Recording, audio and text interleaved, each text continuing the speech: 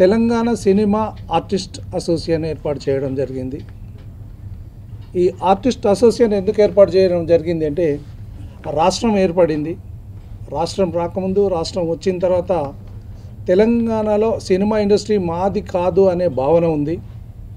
అంటే తెలంగాణలో కవులు కళాకారులు గద్దరన్న, గోరటి వెంకన్న, సినిమా ఇండస్ట్రీలో చంద్రబోస్, చక్రి, కాంతారావు గారు, ఎంతమంది టెక్నీషియన్స్, ఎంతమంది డైరెక్టర్స్ ఎంతమంది ఉన్నా కూడా మనది కాదు అనే భావన ఇప్పటికైతే ఉంది.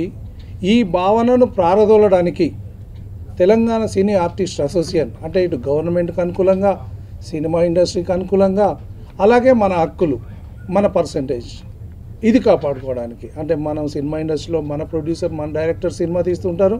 సినిమా ఇండస్ట్రీలో మన వాటా, మన ఆర్టిస్టులను పెంపొందించడానికి ఈ అసోసియేషన్ సామరస్య పద్ధతిలో ఇది అవలంబించడం జరుగుతుంది. అలాగే కేసీఆర్ గారిని కలవడం జరిగింది, రమణాచారి గారిని కలవడం జరిగింది. వాళ్ళతో మాట్లాడిన తర్వాత మీ హక్కులకు ఎలాంటి అది కావాలన్నా మేము ఏర్పాటు చేస్తామని చెప్పారు. మేము చెప్పాము గవర్నమెంట్కు, అంటే సినిమా రంగం అంతా మిగతా ప్రభుత్వాలకు అన్ని అనుకూలంగా ఉన్నాయి. ఇక్కడ యాక్టర్లు అంతా మన గవర్నమెంట్కి సపోర్ట్ లేకుండా మనం ఈ యాక్టర్ అసోసియేషన్, ఈ అసోసియేషన్ ఆర్టిస్ట్ అసోసియేషన్ గవర్నమెంట్లో యాడ్లు కానీ ఏది కానీ మేము మా వంతుగా గవర్నమెంట్ చేసే పథకాలకు కానీ మిగతా వాటికి కానీ మేము అండగా ఉంటాం, మేము అన్నీ చేస్తామని చెప్పేసి కలవడం జరిగింది. వాళ్ళు పూర్తి భరోసా ఇచ్చారు, బ్లెస్సింగ్స్ ఇచ్చారు. ఈ విషయంలో మేమేంటంటే కేవలం అనౌన్స్మెంట్, మా ఒక అసోసియేషన్ ఏర్పాటు చేయడం జరిగింది. దీని ఆవిర్భావ సభ రాజకీయవేత్తలు, తెలంగాణ రాజకీయ నాయకులు, సినిమా ఇండస్ట్రీలో ఉన్న పెద్దల సహకారంతో అతి త్వరలో ఒక పెద్ద ప్రోగ్రాం చేయడానికి మేము ఏర్పాటు చేస్తున్నాము. దానికి అన్ని విధాలా సహకరించడానికి దిల్ రాజు గారు, సానయాద్రి రెడ్డి గారు, అల్లాన్ శ్రీధర్ గారు, ప్రేమరాజు గారు అందరూ పూర్తి ఇండస్ట్రీలో ఉన్నంత సపోర్ట్ చేయడం జరిగింది. ఇది కేవలం సామరస్య పద్ధతిలోనే మాకు రావాల్సిన వాటా దక్కించుకోవడానికి మేము ఒక అసోసియేషన్ ఏర్పాటు చేసి మాకు రావాల్సిన ఆర్టిస్టులకు మాకు పని కల్పించేసి ఆర్టిస్టులను పెంపొందించుకోవడం కోసం, తెలంగాణలో సినిమా కళాకారులు ఉన్నారు, సినిమా వాళ్ళు ఉన్నారు అని చెప్పడం కోసం ఈ అసోసియేషన్ ఏర్పాటు చేయడం జరిగింది. నేను టీకా జనరల్ సెక్రటరీని. ఈరోజు ఇక్కడ ముఖ్యంగా టీకా సమావేశం ఏర్పడడానికి గల ఒకటే కారణం, రాబోయే రోజులలో తెలుగు ఇండస్ట్రీలో వచ్చే ప్రతి సినిమాలో తెలంగాణ వాడికి వాటా ఉంటుందని అనుకుంటున్నాం. మొన్ననే మన ప్రభుత్వ సలహాదారుడు రమణాచారి గారిని కలిసాం. రమణాచారి సార్ గారు కూడా ఏమన్నారంటే, తెలుగు ఇండస్ట్రీతోని సయోధ్యంగా ఏంటంటే గొడవలతో కాకుండా తెలంగాణ వచ్చింది, తెలంగాణ రాష్ట్రం ఏర్పడేది, తెలంగాణ ప్రభుత్వం కూడా వచ్చింది. నేనేమంటున్నా అంటే ఇక్కడున్న ఇండస్ట్రీలో ఒక ఫ్రెండ్లీ నేచర్తో ముందుకెళ్ళాలని మేము అనుకుంటున్నాం. దాంతో పాటు ఇక్కడున్న డైరెక్టర్లు, ప్రొడ్యూసర్స్ కూడా మా అందరికీ అవకాశాలు ఇస్తూ ప్రోత్సహిస్తున్నాం అనుకుంటున్నాం. త్వరలోనే టీకా ఆవిర్భావ సభ కూడా భారీ గ్రాండ్గా చేస్తున్నాం. ఈ టీకా ఆవిర్భావ సభకు తమిళనాడు కోలీవుడ్ నుంచి, అదేవిధంగా శాండల్వుడ్ నుంచి, అదేవిధంగా తెలుగు ఇండస్ట్రీ నుంచి ప్రతి ఒక్క డైరెక్టర్కు, ప్రతి ఒక్క హీరోకు,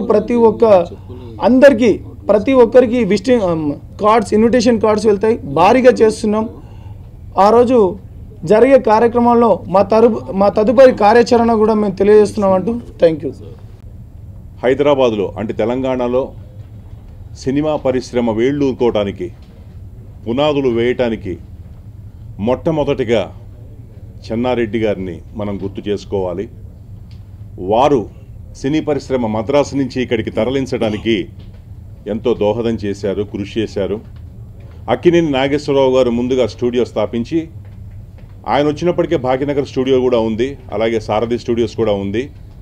అందరూ ముఖ్యంగా ఈ మధ్యనే పరమపదించిన రామానాయుడు గారు, ఇంకా మిగతా వ్యక్తులు కూడా ఎంతో కృషి చేసి ఈ సినీ పరిశ్రమకి ఎంతో దోహదపడి కళాకారులకి, సాంకేతిక నిపుణులకి చేయూతనిస్తూ వచ్చారు. కాలం మారింది, ప్రభుత్వం మారింది.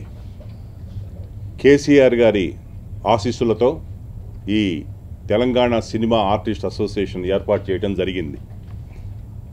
2000 ఎకరాలు ఫిల్మ్ సిటీకి ఇస్తానని చెప్పేసి మన గౌరవ ప్రీతమ ముఖ్యమంత్రి వర్యులు శ్రీ కె చంద్రశేఖరరావు గారు చెప్పడం జరిగింది.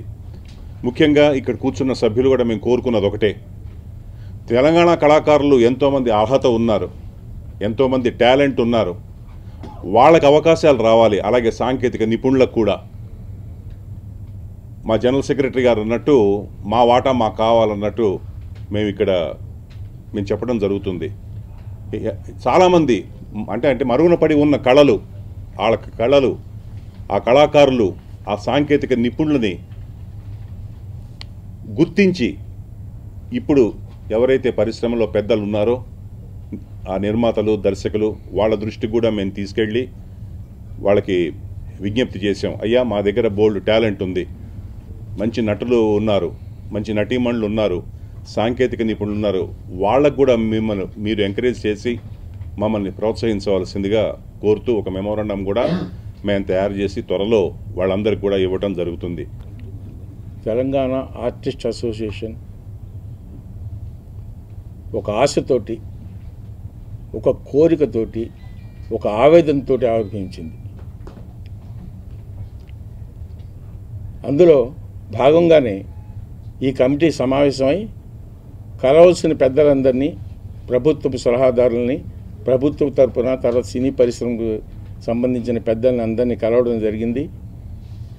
అసలు ఎందుకు ఏర్పాటు చేయడం జరిగిందంటే, తెలంగాణ ప్రభుత్వం ఏర్పడిన తర్వాత అనేక పరిశ్రమల్లో, అనేక కార్ఖానాల్లో, అనేక రకమైన ట్రేడ్ యూనియన్స్లో అందరు కూడా తెలంగాణ తరపున, తెలంగాణ కార్మికుల తరపున మొత్తం ఇది కూడా ఒక ఇండస్ట్రీ, ఫిలిం ఇండస్ట్రీ. మాకు సముచితమైన స్థానం కావాలి.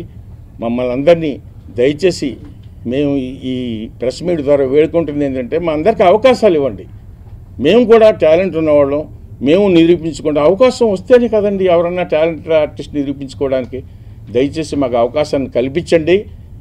తర్వాత మేము ఏంటనేది మేము నిరూపించుకుంటాం.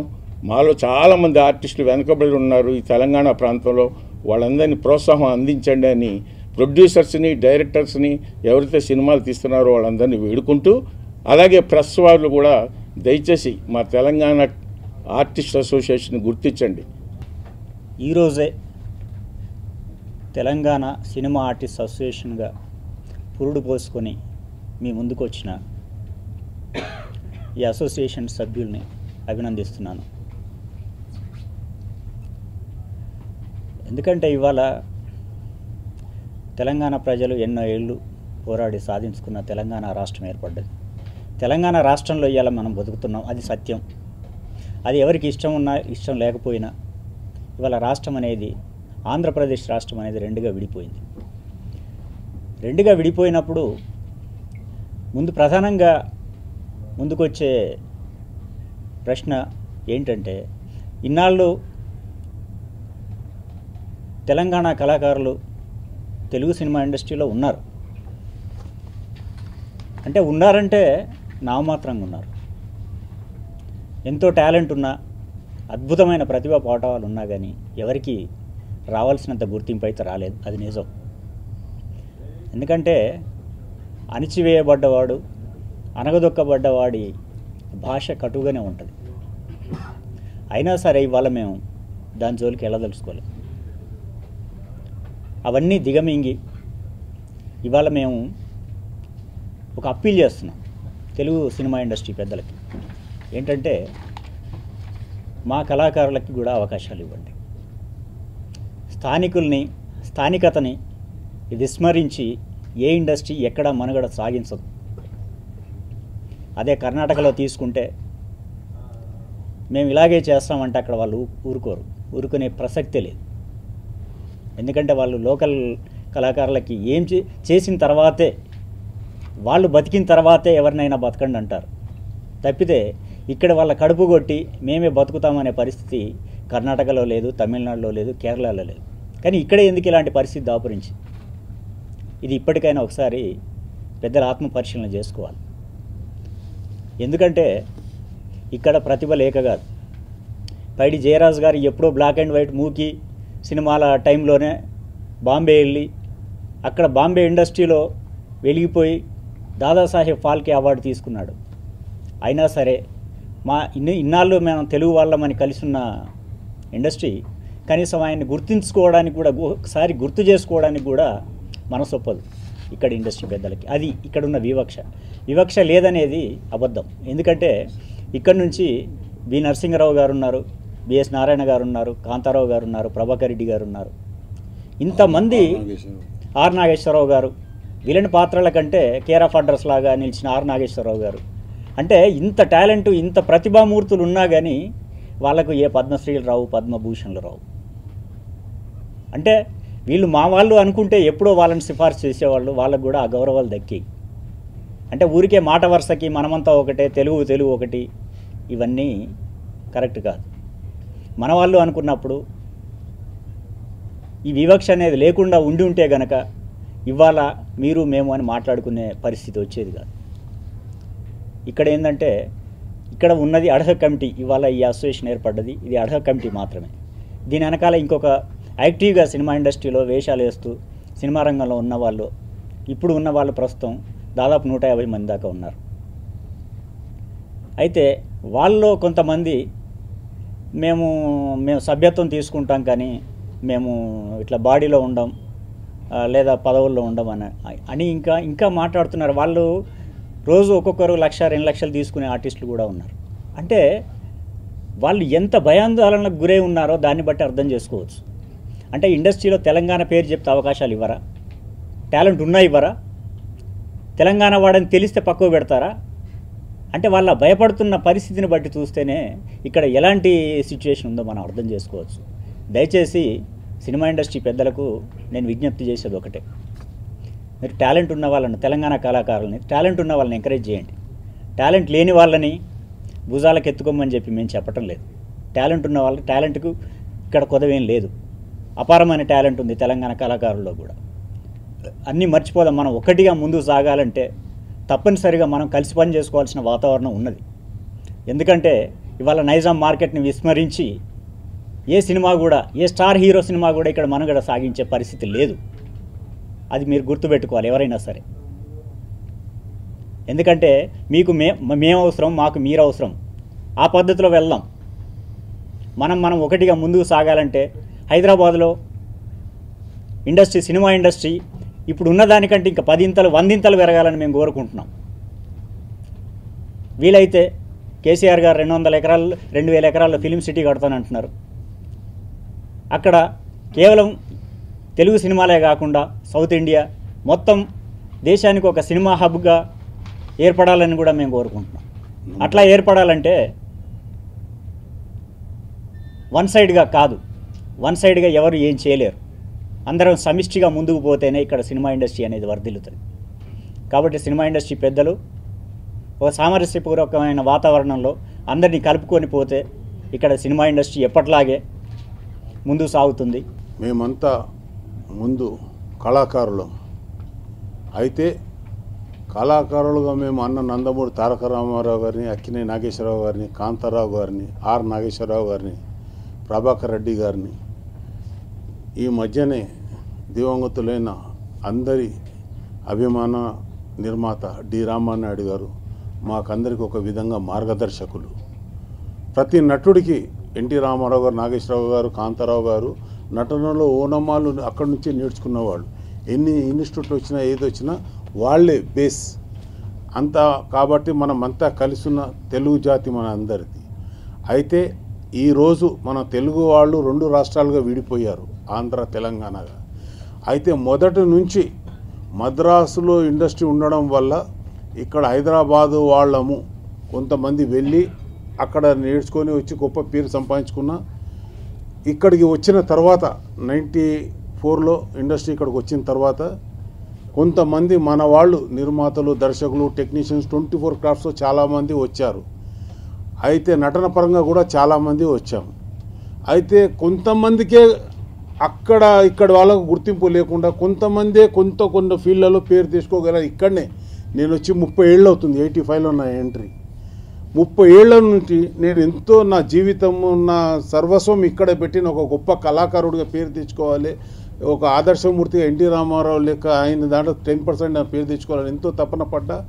నా తపన కళలు ఒక బూడిదలో పోసిన పన్నీరుగానే మిగిలిపోతున్నాయి. కానీ నేను కానీ నాలాంటి సోదరులు ఎంతోమంది పైకి ఎదగలేకపోతున్నారు ఇక్కడ.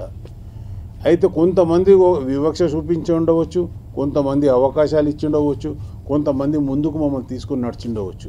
కానీ అది కాదు, ఎక్కడెక్కడో ఇతర రాష్ట్రాల నుంచి వచ్చిన కళాకారులను టెక్నీషియన్ ప్రోత్సహించి వాళ్ళకు పూలదండేసి అందలం ఎక్కిస్తున్నారు మన తెలుగు వాళ్ళు. తోటి తెలుగువాడిని తెలుగువాడే గుర్తించడం లేదు. మేము మీ అన్నలో అంటున్నారు, అన్న తమ్ముని గుర్తించే పద్ధతి ఇదేనా? మీరే చెప్పండి. ఎంతోమంది ప్రతి ఒక్కరిట శక్తివంతుడై ఉన్న 1000 తూటాల బాంబు అణుబాంబు ఉన్నంత కసితో నటనలోనే కానీ, టెక్నీషియన్గానే కానీ, దర్శకుడుగానే కానీ ఎన్నో గొప్ప గొప్ప టాలెంట్స్ ఉన్న వాళ్ళు మన హైదరాబాద్లో, మన తెలంగాణలో ఉన్నారు. వాళ్ళందరికీ టాలెంట్ దొరకకపోతే వాళ్ళు ఏమవుతారు చెప్పండి? వాళ్ళను అనగదొక్కి మీరు వేరే రాష్ట్రాల నటులకు, వేరే రాష్ట్రాల టెక్నీషియన్స్కు మీరు అవకాశాలు ఇచ్చుకుంటూ తోటి సోదరుణ్ణే మీరు ఏం చేస్తున్నారు చెప్పండి? వద్దు, మనం అంతా కలిసి ఉన్నాం, ఒకటే, మనం కళాకారులము. మీలో ఏ భావాలు రాకుండా, చెడు అభిప్రాయాలు ఇక్కడ వాళ్ళ మీద రాకుండా, మాకు ఏ భావాలు అలాంటివి లేవు. మాకు మార్గదర్శకులు మీరంతా. ఎందుకంటే ఇండస్ట్రీ మద్రాసులో పుట్టింది, మళ్ళీ వచ్చి హైదరాబాద్లో సెటిల్ అయ్యింది. మనం అంతా కలిసి ఉందాము, ఐక్యమత్యంగా ఉందాము. మనం అందరం కలిసి ఒక గొప్ప ప్రపంచంలో, మన భారతదేశంలో ప్రప్రథమైన సినిమా ఇండస్ట్రీగా మన హైదరాబాదును మనము గుర్తింపు వచ్చేలాగా మన చిత్రపటంలో మన పేరు లిఖించుకుందాం. 29వ రాష్ట్రంగా మనం ఏర్పడ్డ మొదటి రాష్ట్రంగా సినిమా ఇండస్ట్రీ కోసము మనమే ముందుండాలని మనస్ఫూర్తిగా కోరుకుంటున్నాను. ఎవరు బావా ఈ అమ్మాయి? ఈ సినిమాలో ఒక హీరోయిన్నే. ఏంటి బావా డ్రెస్ మారిపోయింది? మీ అమ్మాయిలు మరీ ఫాస్ట్ కదే. తనకి ఓ బాయ్ ఫ్రెండ్ ఉన్నాడు. ఇది రొటీనే కదా? ఇది రొటీనే, కానీ ఇదే వెరైటీ.